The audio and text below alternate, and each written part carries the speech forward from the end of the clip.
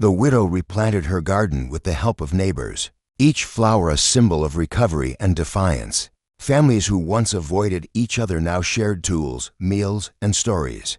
The trauma hadn't vanished, but it had forged something stronger. Unity, the Crown Victoria, was eventually towed away, impounded as evidence. Its absence was like a weight lifted off the street. For weeks, it had loomed like a predator. Now the curb where it once sat felt clean, free, ordinary again. The police. Investigation revealed more than anyone expected. Grant wasn't even his real name. Background was a patchwork of odd jobs, failed attempts at joining security company SS, and a string of addresses he never stayed at for long. He had no legitimate authority anywhere, only a long history of drifting from place to place, feeding on fear and control. This neighborhood had simply been his latest stage, but this time, the stage collapsed under him, the evidence, the community. The exposure, it all converged to strip him of his power. His obsession with playing cop had crossed too many lines, and now he faced real charges, real courts, and real consequences. The arrival of the fake cop neighborhood had been quiet for years, the kind of suburb where lawns were mowed on Sundays, and the loudest sound was a delivery truck braking to hard. Families moved there for peace, retirees settled for routine, and renters stayed out of trouble. It wasn't perfect, but it was stable. That balance shifted the day a man who called himself Officer Grant arrived. He didn't move into the neighborhood like everyone else. There was no moving truck, no furniture, no sign of family. He just appeared one afternoon, standing in front of a beige two-story home that had sat empty for months. He wore a navy uniform shirt, the kind you might see on a security guard, but with patches stitched on the sleeves that looked suspiciously like police emblems. A black utility belt hugged his waist, filled with cheap plastic gear that resembled handcuffs, pepper spray, and a walkie-talkie. Grant introduced himself to anyone who walked by as the neighborhood's enforcement officer. He said he was contracted through the Homeowners Association to keep order. The problem was that this neighborhood had no HOA. It never had. The homeowners knew it. The city records confirmed it, and the few longtime residents who had lived there since the houses were built 20 years ago laughed at the idea. But Grant wasn't laughing. He began patrolling the streets like it was his beat. He parked an old black Crown Victoria at the curb, a car that had once been a police interceptor, but now had faded paint and missing hubcaps. The car's sides were blank, but the spotlight near the driver's window gave it away. He had bought it at auction, and he used it to complete the illusion. The neighbors tolerated him at first. They assumed he was a quirky man with too much time on his hands, but tolerance turned to annoyance quickly. Grant started leaving printed notices taped to front doors. They were poorly formatted Word documents, with the header "Neighborhood Compliance Notice" written in bold.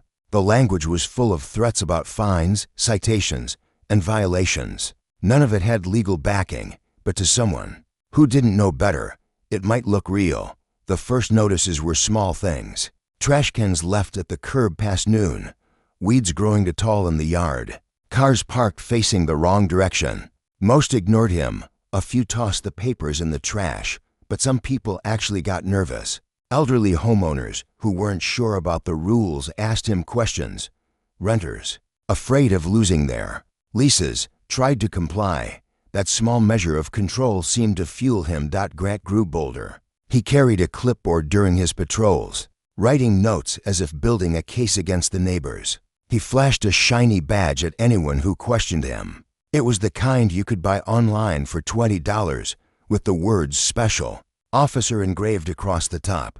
He wore mirrored sunglasses even at dusk, strutting down the sidewalks like he owned them. The real trouble began with the cars. One weekend, a family hosted relatives for a birthday party. 6 cars lined their driveway and spilled onto the street.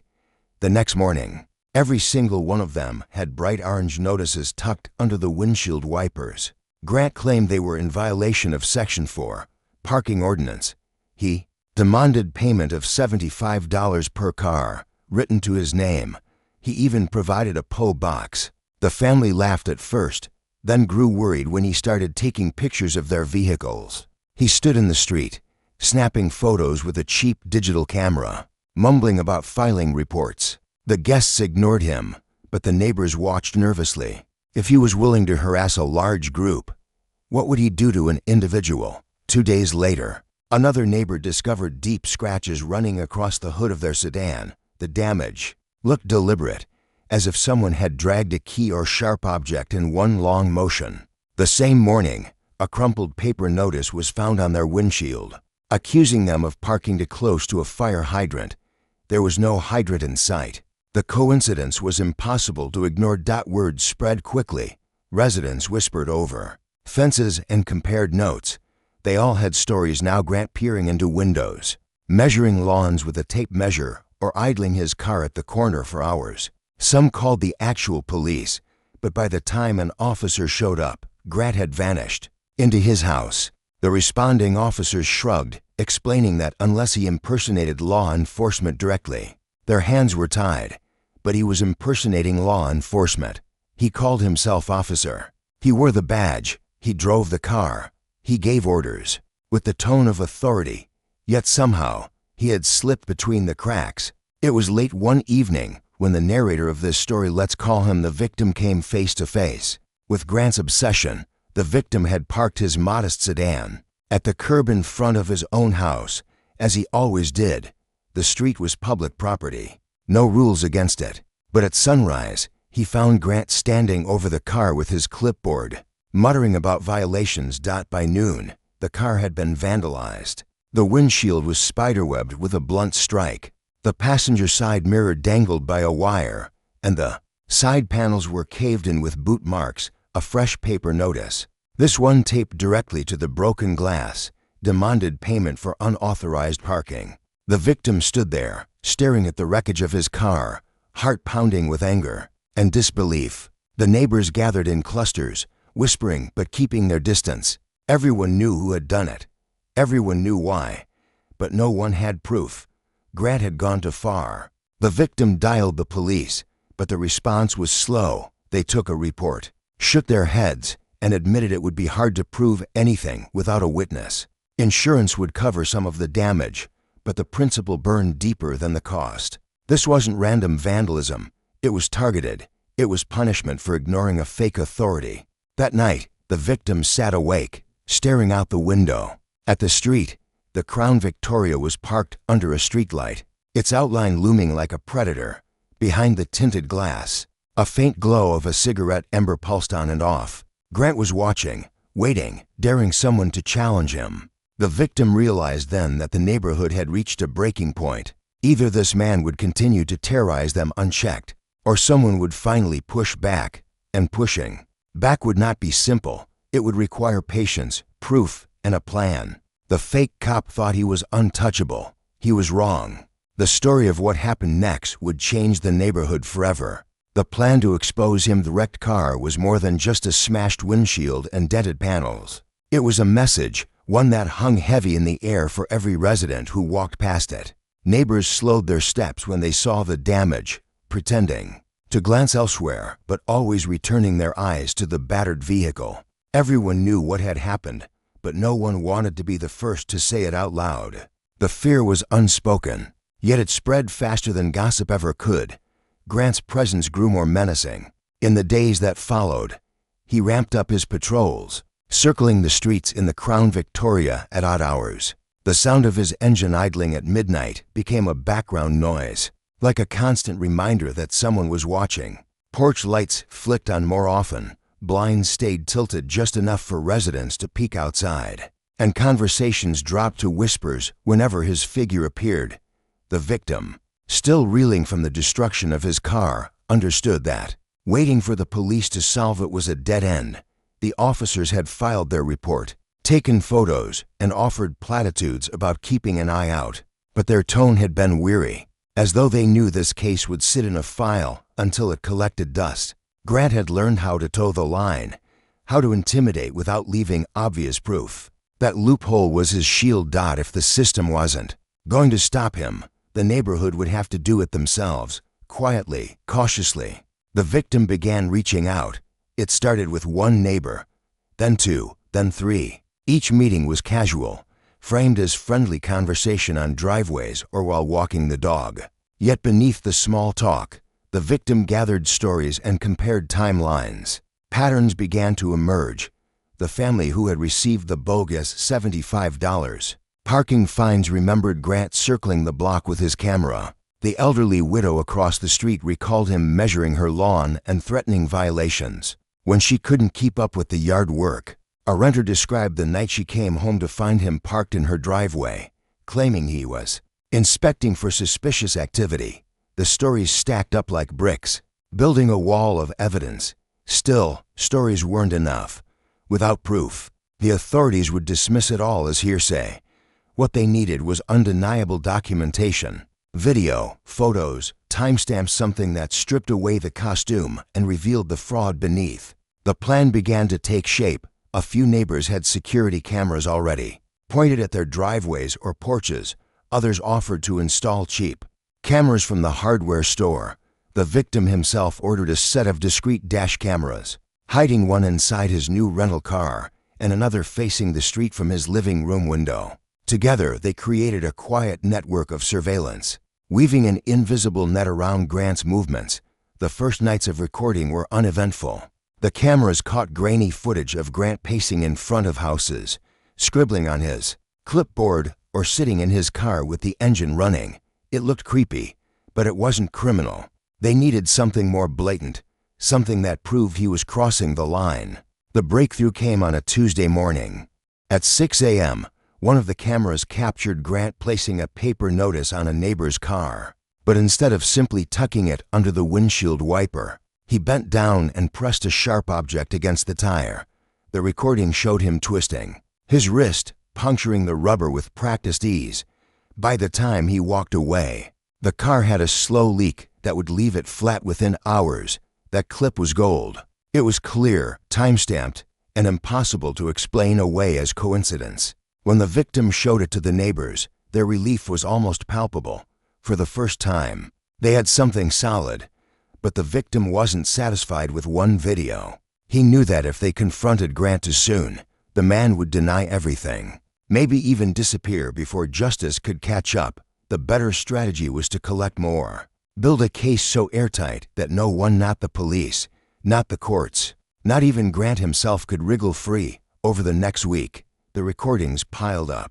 Grant keying a car in the dead of night, Grant pulling a fake badge to scare off a teenager skateboarding down the sidewalk, Grant peering through a neighbor's front window, clipboard in hand as though inspecting the inside of their home. Each clip painted a clearer picture of obsession and control. Each file was saved, backed up, and organized into a growing dossier. The neighborhood became an unspoken team. Residents who once kept to themselves now shared updates, exchanged camera footage, and checked in with one another. What had begun as fear was transforming into quiet resistance.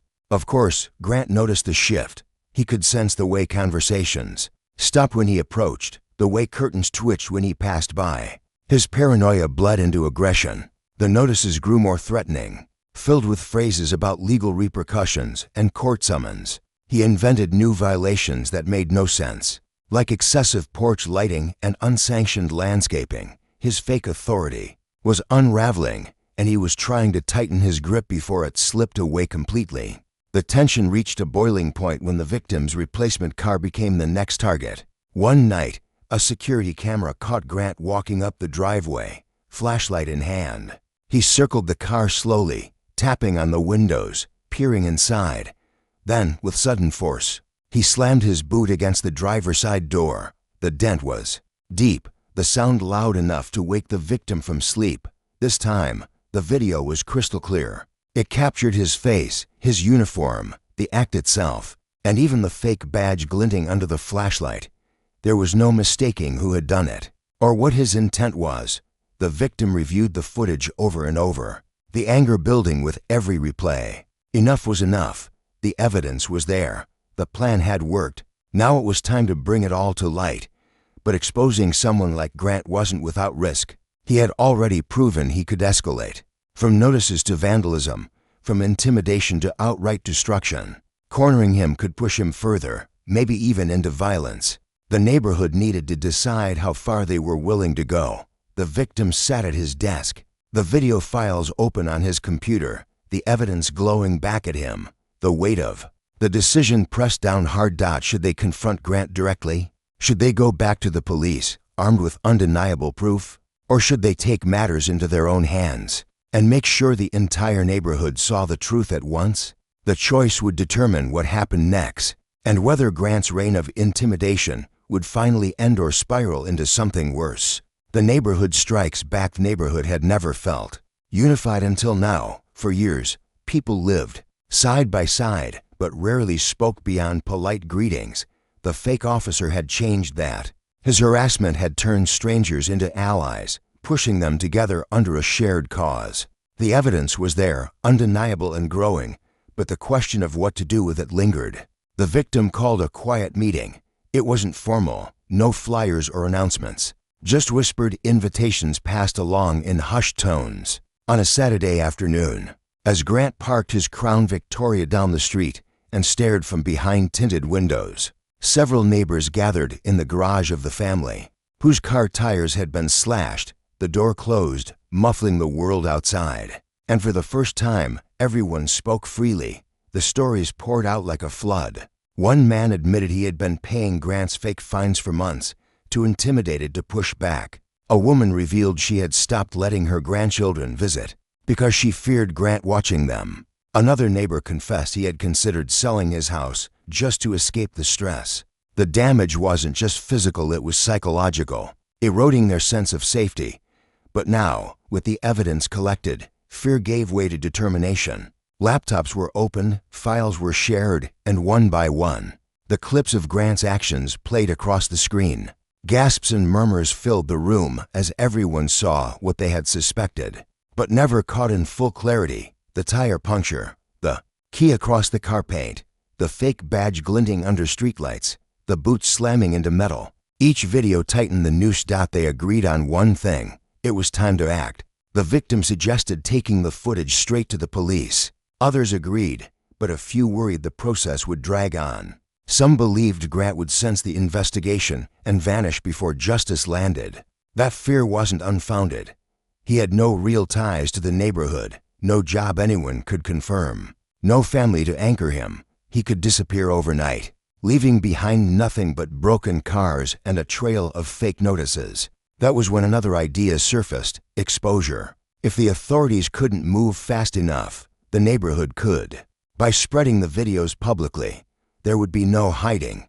Once everyone knew what he was, his intimidation would lose its power. The debate circled for hours. Direct confrontation carried risks. Public exposure could backfire. Legal channels were safer but slower. In the end, they decided on a combined approach. The videos would be compiled into one package for the police, with backups stored safely in case anything mysteriously disappeared. At the same time, they would prepare for a larger reveal, something that would put Grant's fake authority on full display. The preparation began immediately. Cameras stayed rolling. Logs were kept of every suspicious move. Some neighbors went as far as writing detailed accounts of their encounters, signed and dated like sworn statements. Others kept watch from windows, documenting the times he prowled. The victim coordinated everything, acting as the quiet backbone of the operation. Grant, oblivious to the web tightening around him, continued his routine. He taped notices to mailboxes, scribbled on his clipboard, and paced the sidewalks as if he owned them. His behavior even escalated, perhaps because he sensed resistance growing. He started following delivery trucks, questioning drivers as if he had jurisdiction. He stopped children riding bikes, demanding their parents' names. He even knocked on doors, warning of pending citations. The neighbors no longer crumbled under his intimidation. They nodded politely, closed their doors, and sent footage straight into the growing archive. Every attempt he made to assert power became another entry in the case file. Then came the breaking point. One evening, the widow who lived near the corner discovered her garden destroyed. The flowers she tended daily were uprooted, the soil scattered, the decorations smashed. Among the mess was a paper notice accusing her of unauthorized planting. It was cruel, petty, and deliberate. When word spread, the neighborhood's patience snapped. Enough waiting. Enough surveillance. The widow's tears were the final push. They needed to bring this into the open. The victim drafted the plan, a neighborhood gathering under the guise of a block party. Food, chairs, and music would set the stage. Everyone would attend, including Grant, who prided himself on monitoring every public activity. He would walk into it thinking he was in control, not realizing the trap waiting for him. On the day of the event, the street transformed. Folding tables lined the sidewalks, coolers brimmed with drinks, and grills smoked with burgers and hot dogs. Children played in driveways, adults mingled, and laughter filled the air. For the first time in weeks, the neighborhood looked alive again, and right on cue, the Crown Victoria rolled up. Grant stepped out, clipboard in hand, uniform shirt tucked tight. His mirrored sunglasses reflected the crowd, his posture stiff with authority. He began pacing as usual, scanning the setup as though ready to right violations. The neighbors greeted him politely, masking their anticipation. The cameras were already recording. Then, at the perfect moment, the victim stood before the crowd and connected a laptop to a projector. The chatter quieted, heads turned, and the first video clip began to play against the side of a garage. There was Grant, crouching beside a car, puncturing a tire. The next clip showed him scratching paint with his keys. Another displayed him flashing the fake badge, intimidating teenagers.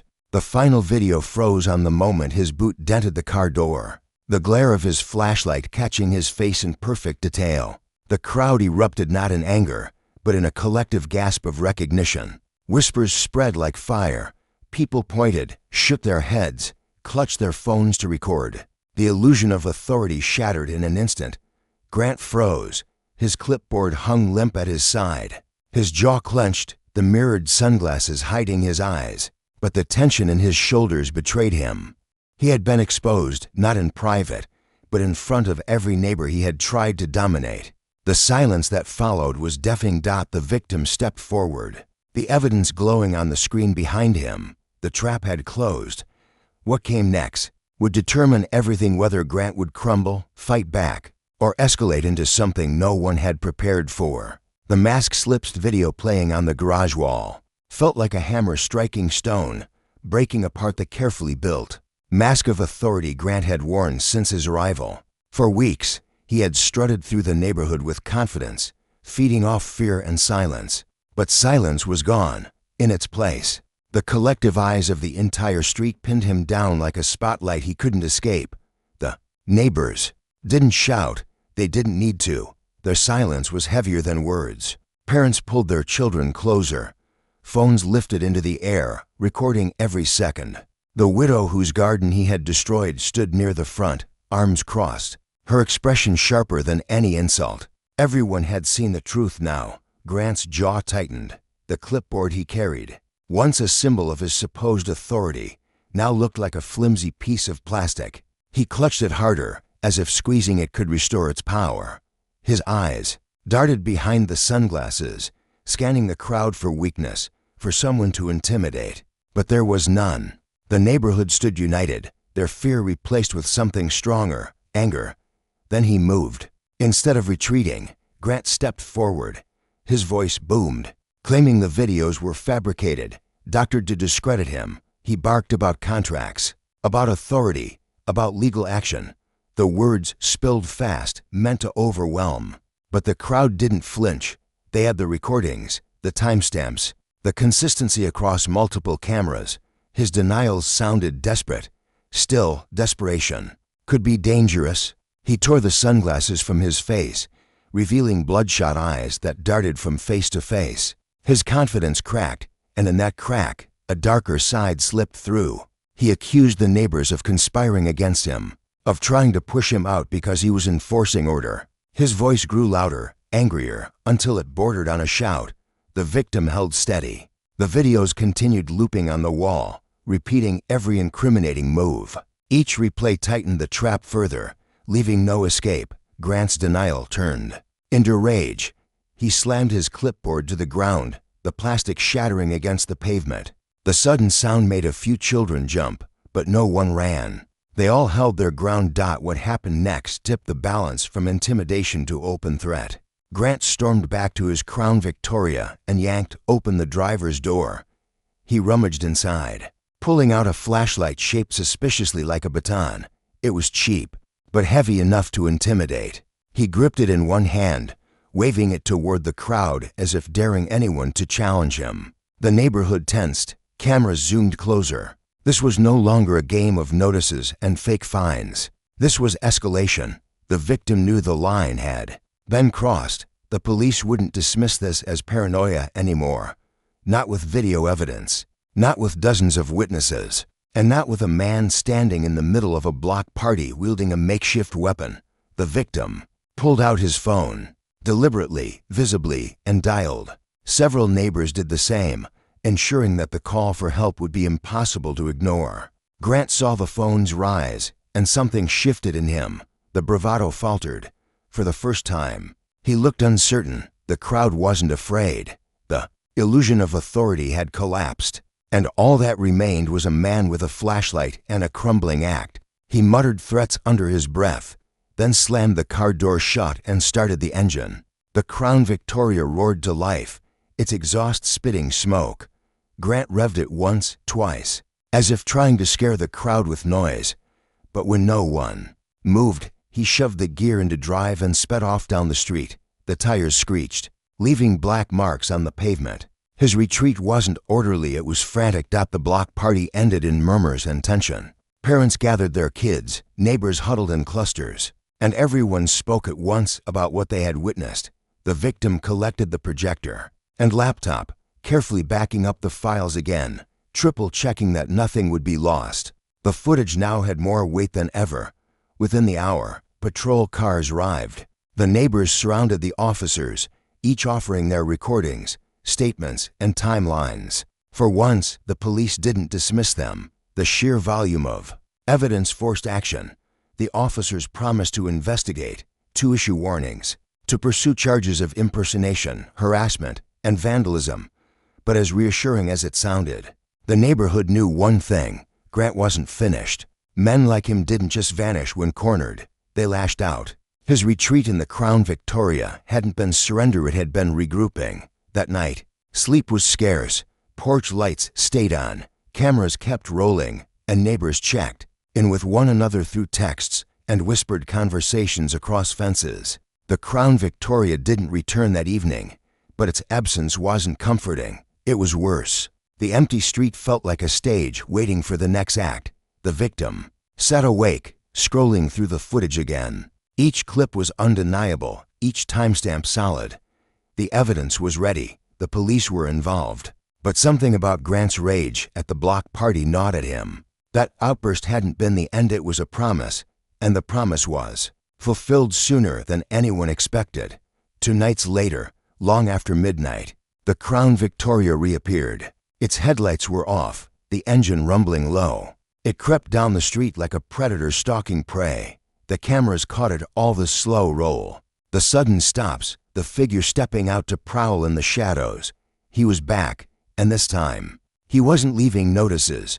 The neighborhood had exposed him, and now he was going to strike back. Retaliation in the shadows. The return of the Crown Victoria confirmed what everyone feared. Exposure hadn't ended Grant's reign.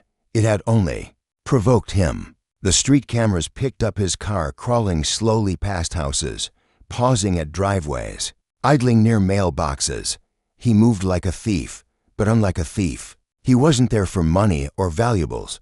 He was there for control, to reclaim the fear that had slipped through his fingers. The first sign of retaliation was subtle. A mailbox crushed inward, its post splintered as if struck by something heavy. No witnesses, but tire marks streaked the curb nearby. The next morning, another resident found their tires slashed, deep cuts running jagged across the rubber. A third discovered graffiti scrawled across their garage door, crude words about violators and compliance. The pattern was deliberate. Grant wasn't hiding his actions anymore. He wanted the neighbors to know he was behind it. He wanted to reassert dominance, to remind them that exposure on a projector screen didn't mean safety. The neighborhood refused to cower. Instead, the web of surveillance grew tighter. More cameras were installed. More phones kept recording. More watchful eyes peered from blinds at night. Group chats buzzed with alerts. Residents coordinated shifts, ensuring that no one faced Grants. Prowling alone, the quiet suburb had transformed into a neighborhood watch operation. Unified by necessity or still, fear lingered. Children weren't allowed outside after dark. Families double-locked doors. Every sound of an engine made hearts jump. The tension was suffocating, pressing against the walls of every home. The victim, who had already suffered the brunt of Grant's rage, carried the weight of leadership. His car had been destroyed, his driveway targeted, his footage central to the case. He knew he was the primary enemy in Grant's eyes. Each night, he checked his cameras twice, walked the perimeter of his house, and slept lightly with his phone at arm's reach. Then came the escalation no one could ignore. At 3 in the morning, a sudden blaze erupted. A neighbor's trash bins, lined neatly at the curb, burst into flames. The fire licked upward, threatening to spread to the fence and house nearby. Residents poured into the street, some with buckets, others calling the fire department.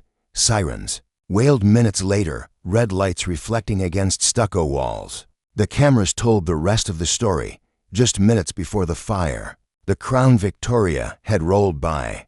The footage captured Grant stepping out with something in his hand, leaning close to the bins, then retreating quickly. The fire started less than a minute after he drove off. This was no longer vandalism. This was arson. The fire department contained the blaze before it spread, but the shock was permanent. Now the neighborhood had evidence of a crime that couldn't be dismissed as petty harassment. The victim compiled the clips, syncing the timeline with the fire department's report. The case file grew heavier, undeniable, dangerous. The police were notified again, this time with urgency. Multiple residents delivered copies of the videos, pressing officers for immediate action. The tone shifted. This was no longer the eccentric behavior of a man with delusions of authority.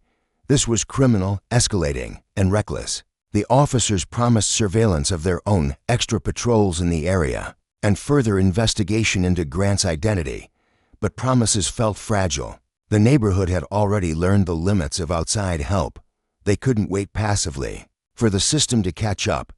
They needed to prepare for the moment when Grant pushed even harder. The widow who had lost her garden spoke the fear everyone felt. What if the fire hadn't been trash bins? What if it had been a car, or worse, a house? What if next time someone didn't wake up in time? The thought hung heavy in the air, unspoken but shared. The victim decided the neighborhood had to take its stand. Exposure had worked once, but this time, it had to go further. No more silent recordings, no more waiting for him to slip again. They needed a final confrontation, one that stripped away the last remnants of his power. Plans formed quickly. Cameras were repositioned, overlapping angles to eliminate blind spots. Portable lights were prepared to flood the street if needed. Neighbors coordinated who would be outside and when, ensuring someone was always watching. It wasn't about violence, it was about readiness. The tension built to a breaking point. Days passed without an appearance from the Crown Victoria. As if Grant sensed the pressure, the quiet wasn't comforting. It was the kind of silence before a storm, the pause where everything holds its breath. Then, one Friday night, the rumble returned. The Crown Victoria slid into the neighborhood with headlights off. Cameras picked it up instantly, alerts buzzing. Across phones, neighbors stirred, lights flicked on, curtains shifted. The trap was set. And this time, they were ready. Grant stepped out of the car, flashlight in hand, his posture stiff with rage. He moved toward the victim's driveway, the familiar target of his obsession. But as he raised his arm to strike, the neighborhood lights burst on. Floodlamps blazed from porches, flashlights beamed from windows, and cameras zoomed in from every angle. The street was no longer his stage. It was a spotlight, and he stood at the center. Phones captured every second. The group emerged from their homes, not charging at him, but surrounding him with presence. Dozens of eyes, dozens of cameras, dozens of voices documenting his every move. His weaponized flashlight looked pathetic against the flood of light aimed back at him. Grant froze, caught in the snare of his own arrogance. The illusion of power had been stripped bare. The neighborhood stood united, the evidence piled high, the law closing in. but men like him didn't go down quietly. The tension in his stance promised one final eruption. The showdown was here. The fall of the fake cop street glowed with harsh white light. Porch lamps, motion sensors, and handheld beams all converged on one figure standing stiff in the middle of the cul-de-sac. Grant's uniform shirt clung to him in the heat of exposure, the patches on his sleeves now obvious fakes under scrutiny. His cheap badge caught the glare of floodlights, no longer a symbol of authority, but a cheap trinket shining like fool's gold. The neighbors didn't rush him. They didn't need to. Their silence was pressure enough. Their phones lifted like shields, recording his every twitch. Dozens of lenses pointed his way, capturing a man who had built his identity on intimidation and deception. The only power left in his hands was the heavy flashlight he gripped like a club. Grant's breathing was ragged. His eyes darted from face to face, searching for weakness, for fear, for the old submission that had fed him for weeks. But there was none. The neighborhood no longer belonged to him. It belonged to the people who lived there, who had endured his harassment, and who now stood as one wall of defiance. He raised the flashlight as though preparing to swing. The motion drew gasps, but no one retreated. The victim stepped forward, phone steady in hand, making sure the camera had a clear shot. Others followed, forming a semicircle around Grant. He was boxed in, not with fists, but with evidence. The Crown Victoria idled behind him, exhaust curling into the night, its once intimidating presence now looked pathetic, a relic of a lie that had collapsed in full view. Grant's arm shook as he held the flashlight. He shouted threats, warnings of arrests, citations, legal action. His voice cracked, desperation cutting through every syllable. Each word fell flat. No one believed him anymore. The spell was broken. Then the flashing blue and red arrived. The real patrol cars turned onto the street, their sirens piercing the tension. Grant froze, the color draining from his face. The neighborhood parted to let the officers through, their relief almost palpable. For weeks, they had begged for intervention. Now it was here, arriving at the exact moment of his downfall. The officers stepped out, their uniforms crisp and unmistakable. They didn't hesitate. Their eyes flicked to the cheap badge, the fake patches. The flashlight raised as a weapon. Commands rang out, clear and forceful. Grant's bravado shattered. He dropped the flashlight, hands rising in the air, his body trembling under the weight of reality. The neighbors kept recording, their phones documenting every second as the officers moved in. His arms were twisted behind his back, cold metal cuffs snapping shut.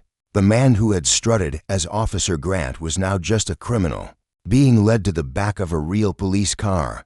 The Crown Victoria was searched, its trunk and back seat filled with props that completed the fouade, stacks of fake notices, clipboards, plastic handcuffs, and a collection of cheap badges from online shops. It was a costume shop crammed into a vehicle. The evidence of his obsession with authority laid bare.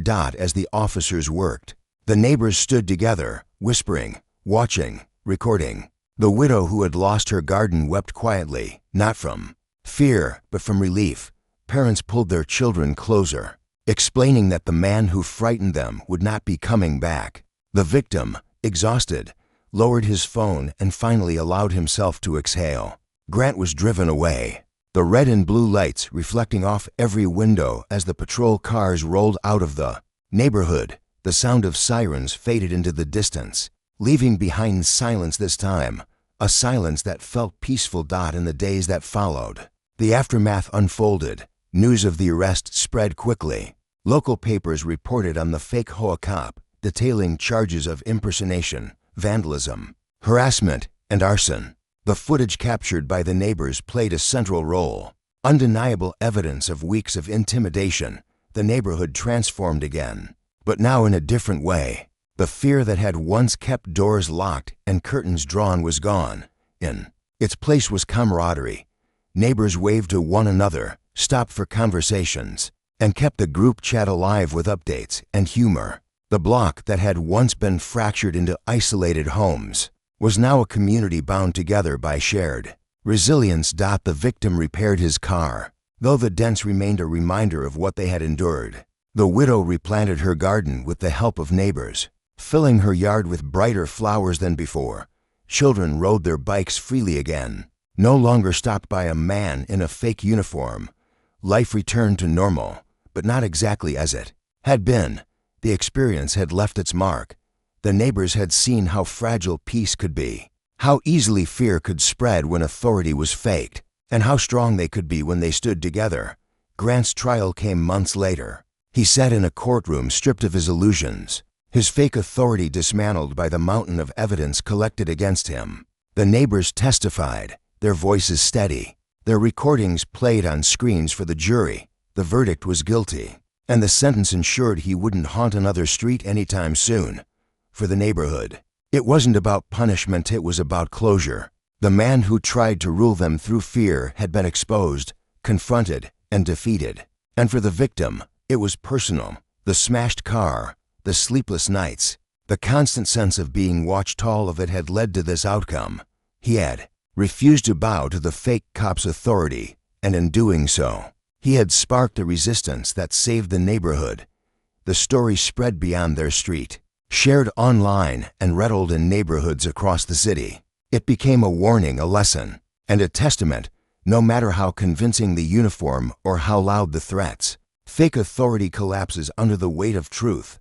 The Crown Victoria sat impounded, gathering dust, no longer a tool of intimidation. The fake badge lay in an evidence bag, stripped of its power, and the neighborhood, once under siege, lived on with a new bond forged in the strangest of battles. In the end, the fake cop thought he was untouchable, but he hadn't expected what happened next.